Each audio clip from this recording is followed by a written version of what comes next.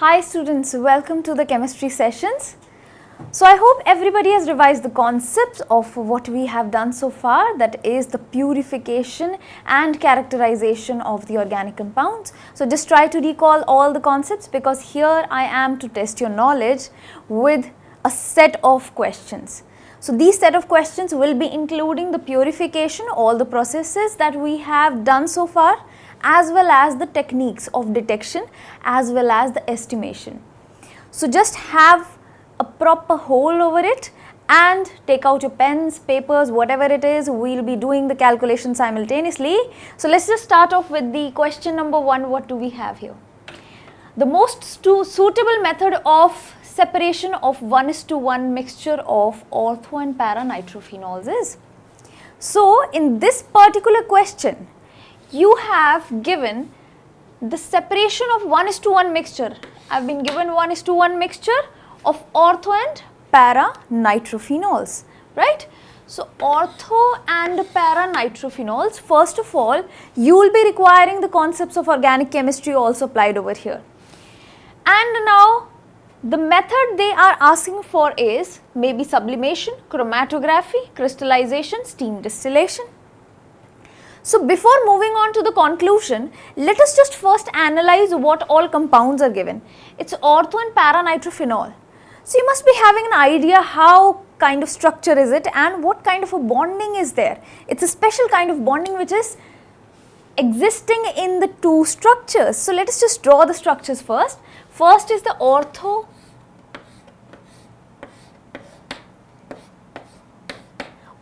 nitrophenol, first I am making. Right, so that is ortho nitrophenol,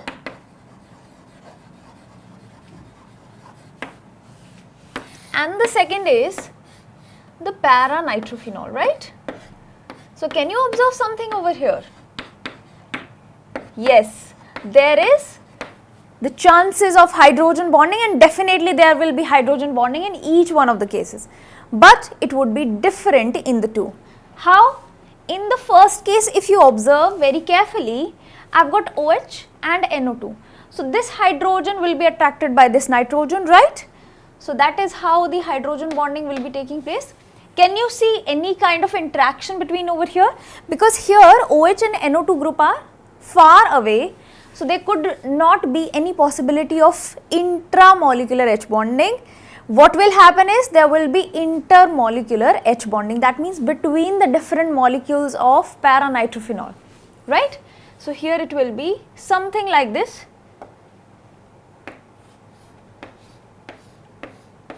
Maybe a molecule that would be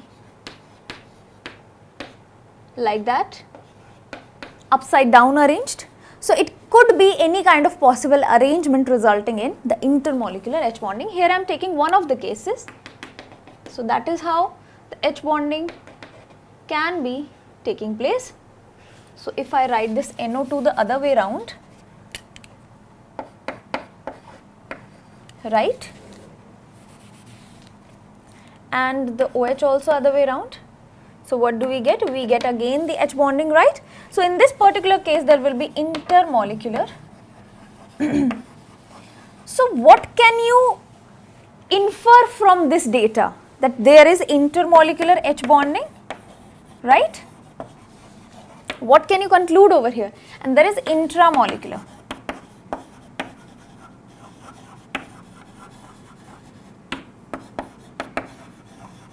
So what do we conclude over here is there is the intermolecular H bonding between the different molecules. So intermolecular H bonding between different molecules will be making bonds in between the molecules, thereby making it less volatile.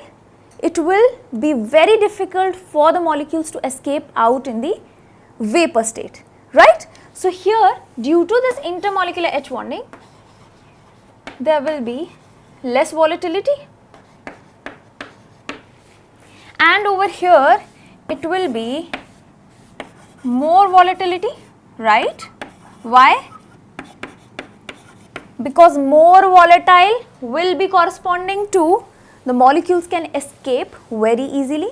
So thereby this particular case will be having less boiling point, right? I hope everybody is getting it.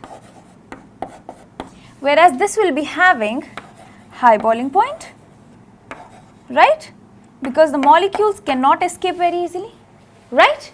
So as per the options given over here, sublimation is direct conversion of solid to vapor state.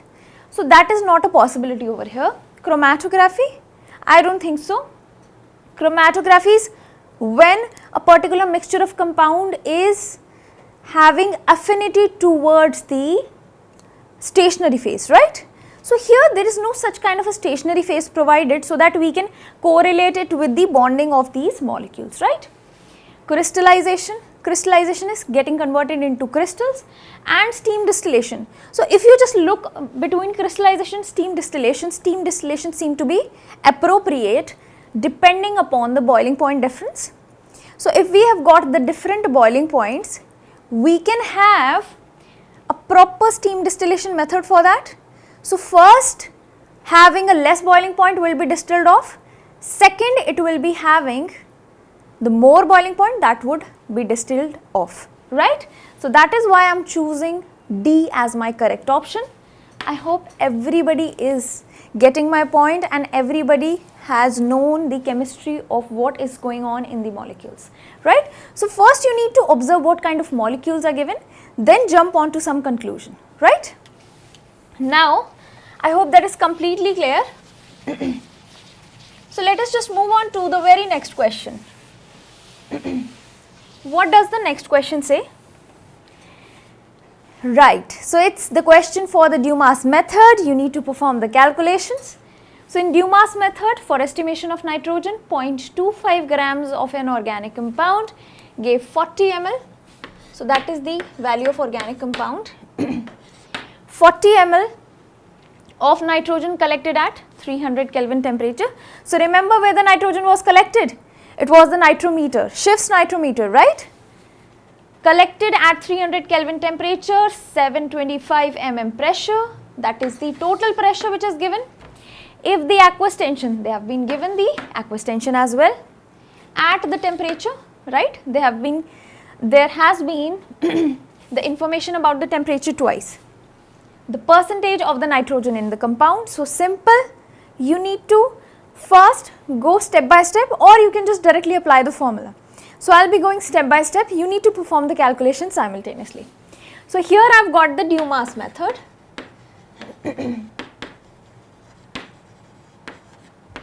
Dumas and Geldahl's are very important methods. Most of the questions get repeated every year from these methods. So you need to be having a good knowledge about, or you can just mug up the formulas as well. So that would be really easy for you to just straight away put the values into the formula and get the answer, right? So in the Dumas method, what I have been given is, right. So I have been given the pressure, that is the total pressure, it's 725 mm. Aqueous tension is given 25 mm, I guess, yes, right. So what will be the dry pressure of the gas? So first I need to find out that dry pressure, sorry, not dry pressure but pressure of dry gas.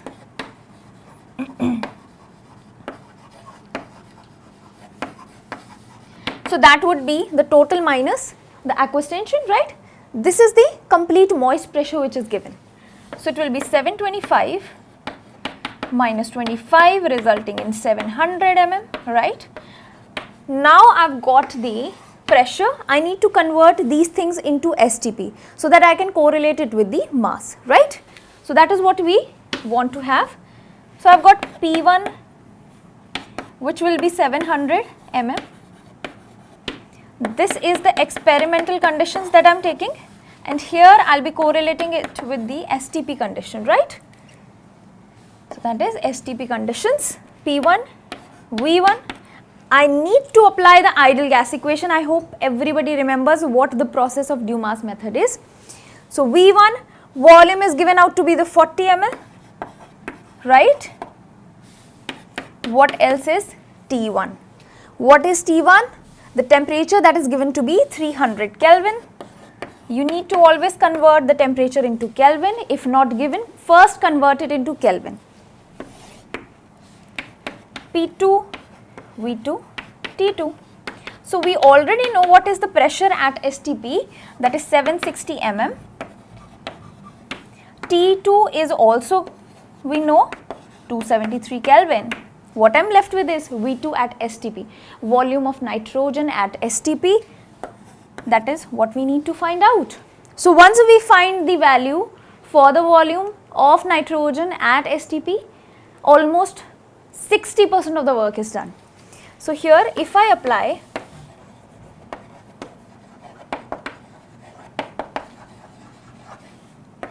ideal gas equation,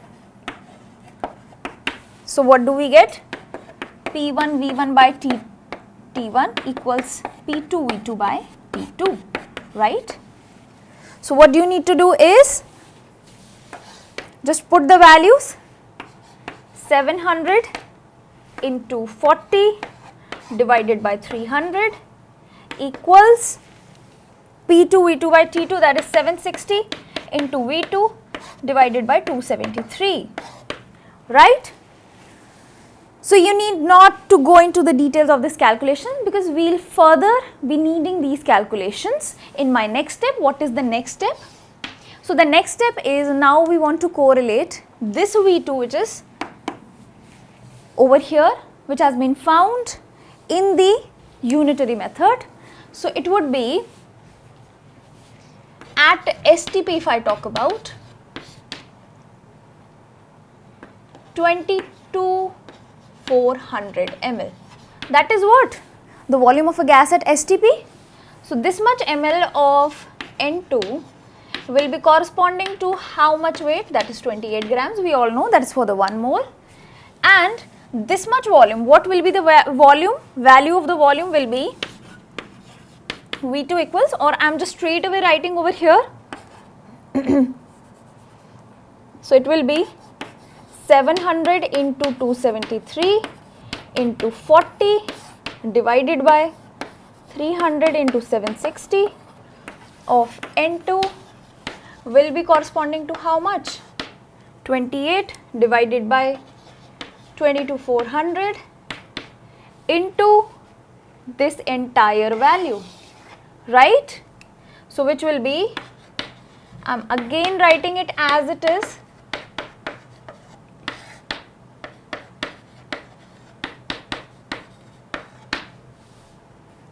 so this much of grams of nitrogen, right? So once you get the nitrogen, the grams of nitrogen, you can easily find out the percentage.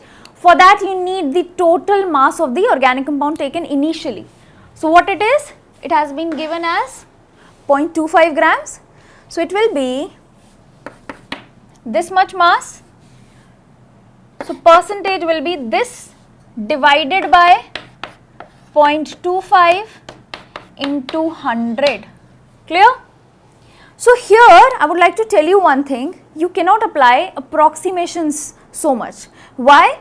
Because if you look at the options over here, it's 17.36, 18.20, 16.76. The values given over here are very close. If you perform the approximations, if you try to perform the approximate calculations, you might be having an error. That might, or that could change entirely your answer and it would be incorrect. So always whenever such kind of options are given in which the values are nearby, you need to perform the exact calculations. So what you need to do is, it's quite an easy calculation over here because you need to first cut out the values and then finally divide and get the answer. So I am not doing the calculations over here, I am just telling you the answer over here, which is 16.76, right? So it's just a simple division and multiplication. You can do it very well. So I hope everybody has got the answer. That was just a straight away question. You need to have a proper knowledge of the method, that's it, right? Now, let's move on to the next particular question, which says, right, so it's the time for the Lassaigne extract, the LE. So the Lassaigne extract is boiled with concentrated nitric acid while testing for the halogens. By doing so, what it does? So first of all, they have told us that they are boiling the Le with the concentrated nitric acid. Why they are boiling it? They are asking the reason about it before testing for the halogens. So just try to recall what we have done in the detection of halogens. Some two elements are interfering in the detection of halogens. That is why we add a concentrated nitric acid. What are those two elements? Those are, yes, nitrogen and sulfur. So we need to first remove these. So what are the reactions? Do you remember the reactions for that? So it is Le consisting of the nitrogen will be this compound, sodium cyanide plus HNO3 will give NaNO3 plus HCN. So this will boil off, right? This will be in a form of gas. Next is Na2S, that is the sodium sulphide. Again it will react with HNO3. NaNO3 will be formed along with H2S, again hydrogen sulfide gas. So these two gases, these two elements will boil off in the form of gases. We can now easily detect our halogens. No hindrance will be created by any such kind of elements. Clear? So that is the entire concept. You need to have a proper knowledge of that. And let us just check the options. Helps in the precipitation of AgCl. So that is not an exact answer, because there may or may not be the precipitation of AgCl. There may be AgBr or AgI. So that is not an exact option. Increases the solubility of the product of solubility product of AgCl. We are not concerned about the solubility product at all. Again AgCl, we are not confirmed whether the halogen is chlorine or not. Increases the concentration of nitrate ions. That is not at all relevant over here. Decomposes Na2S and NaCN if formed, right? So that is the exact answer what we have been given over here. So the correct option is D. Clear? Now let's move on to the next one. Next question. Question number 4. Right. Again we have got the question related to Dumas method, and as far as I think, it is a similar kind of question what we have discussed in the previous questions, and also only the values have been changed. So in Dumas method of estimation of nitrogen, now the organic compound has been given to 0.35 grams of an organic compound gave 55 ml of nitrogen. So earlier it was 40 ml, now it has been changed to 55 ml. If nitrogen collected at 300 Kelvin temperature and 715 mm pressure, that is the total pressure they have been given. So what will be the dry pressure? The dry gas pressure. The total minus the aqueous tension. What is the aqueous tension given over here? I hope everybody is getting the question right. So it will be 700 mm. So I am not going to discuss the details of that because it's more or less similar. We will be now just putting the values. What are the values here? So as we have discussed earlier as well. So I will just change the values over here. Here the entire scenario is similar. I need to just change the values. 700, that was the pressure, right? 300 Kelvin, that is the temperature also in this question. 273 Kelvin, completely right. 40 ml will be changed to 55 ml. And 760 remains as it is, that is the pressure at the STP for any gas. And what else we have got? The total mass of the compound, which will be 0.35. It's given this time, and that's it. You just need to perform the calculations and you are getting the answer. So here the answer will come out to be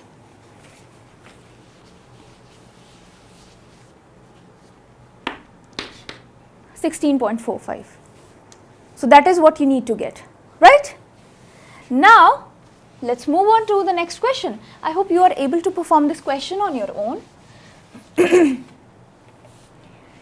The best method for the separation of naphthalene and benzoic acid from their mixture is, so I have got naphthalene, I have got benzoic acid, that is the mixture that I have got, right? Chromatography, is it? I don't think so. Let us just move on to other options first. Crystallization, it may or may not be. Distillation. So let us just first check, before having a confusion, what all compounds are given. Naphthalene, if you recognize, it is a compound, something which directly volatilizes, right? From solid it sublimes into the vapor state, right? So it is sublimable, right? So can you see an option which is correlating with that? If you just observe benzoic acid, so benzoic acid is, if I am trying to sublime my naphthalene, benzoic acid is not a compound which is sublimable. So it can be separated easily if I carry out the sublimation, right? So that is why we can have a proper sublimation method for that. Clear? So it will give, definitely it will separate the mixture of both of the compounds. I hope that is completely clear to you. So just having a knowledge about one of the compounds can get our answer right.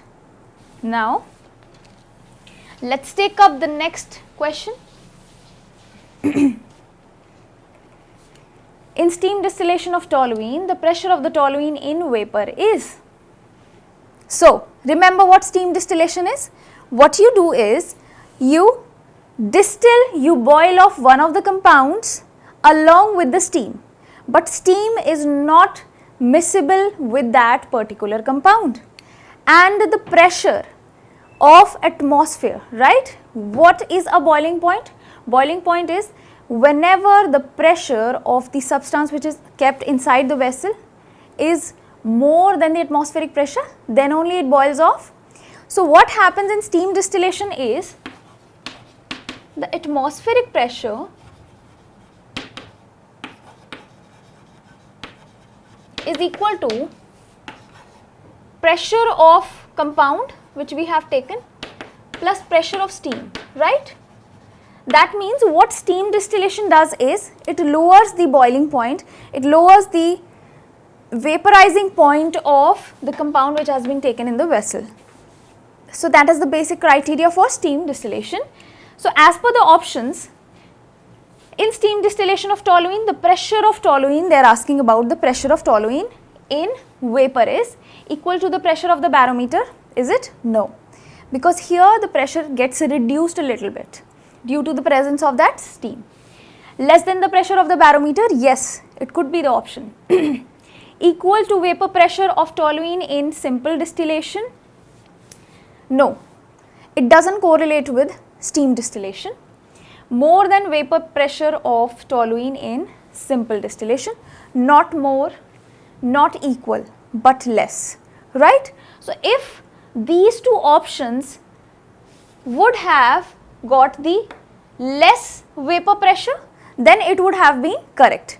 But over here, these two options, due to the presence of this equal word and more, will not be the appropriate. What is appropriate is less, right? I hope everybody is clear with the concept. If not, just try to recall, try to revise the concept for steam distillation, what all is happening into the steam distillation, right? We have already discussed that in a session relating to the steam distillation. So just go and check it there. Now comes up the question for the Lassaigne's extract. Again, Lassaigne's test for the detection of nitrogen fails in. So you need to just choose one of the options in which the LE test will be failing for nitrogen. So for nitrogen, what is the LE test? The nitrogen that is present in the compound is made to react with sodium, right? Also carbon, the carbon that is present in the organic compound, and what we get in LE is, we get NaCN, right? That means for a Lassaigne extract to have sodium cyanide, I need sodium, that is for sure. I need nitrogen, that is also for sure, because I am testing for the nitrogen, and also along with that I need the carbon to form the sodium cyanide, right? So that is the basis. Now if I just check the options, in this option and out of all the options, can you see a compound in which some kind of element is missing which would not represent, which would not form this Le? So I need carbon specifically, I need nitrogen specifically. So over here nitrogen is present in each and every compound.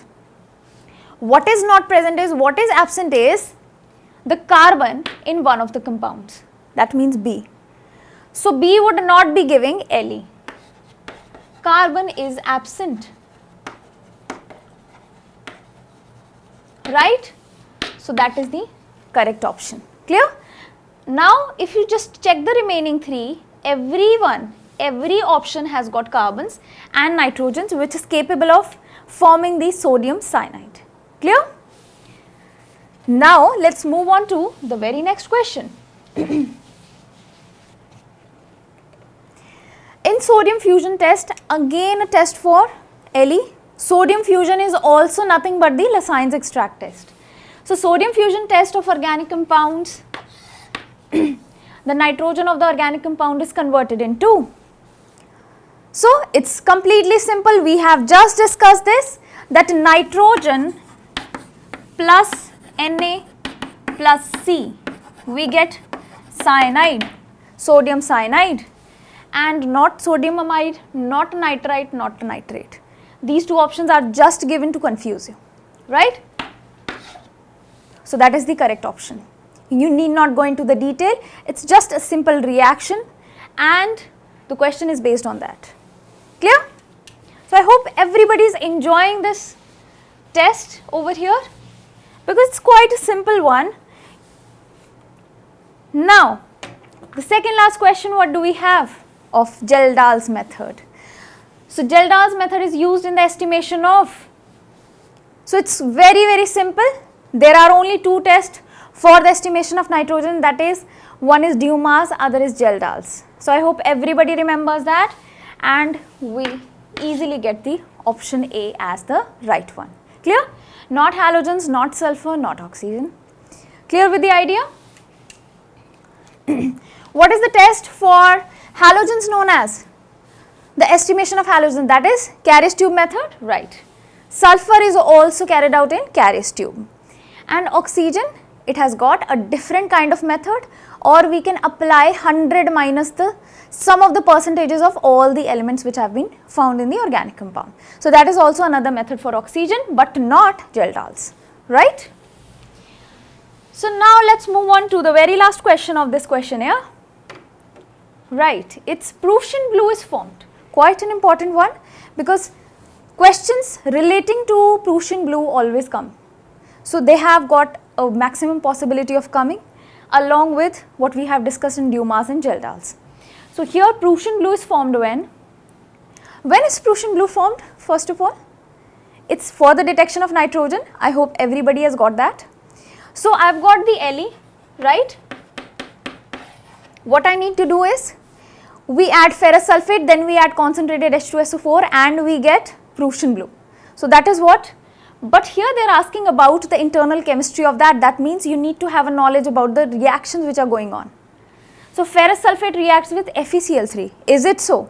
No, we put ferrous sulfate in here and what we get is, we get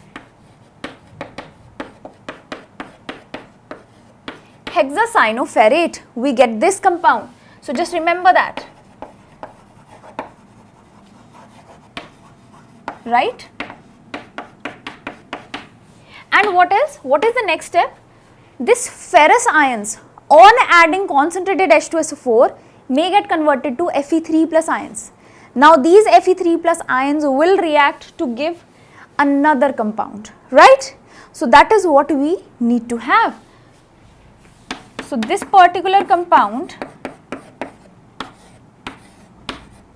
will react with Fe3 plus ions, right? And what we get is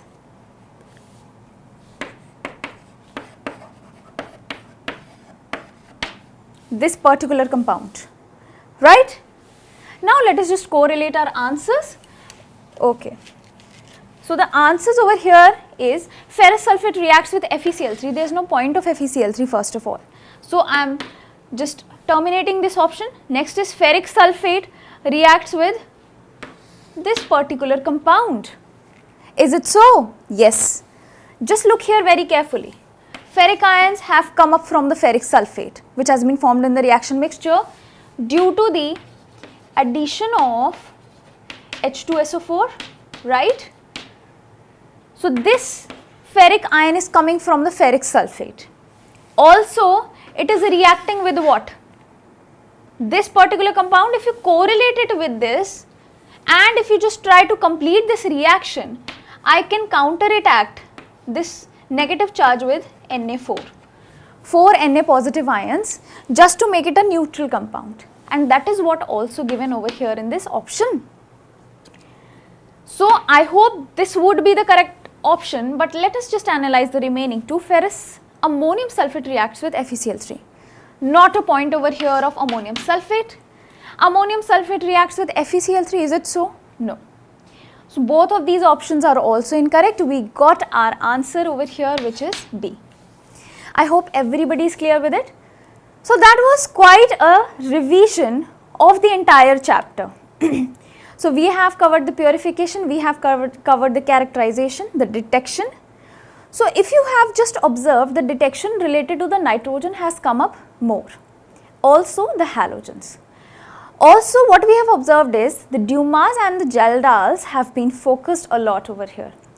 So you need to have a proper revision of the entire chapter once again. Just go through all the questions, and you can also pick up as many questions as possible, because this is also an important topic. 1 or 2 questions every year gets repeated in NEET, right? So I hope you have enjoyed the question around. I'll be taking up the JEE main and advanced pattern exercise in the upcoming sessions. Till then, have a very good day.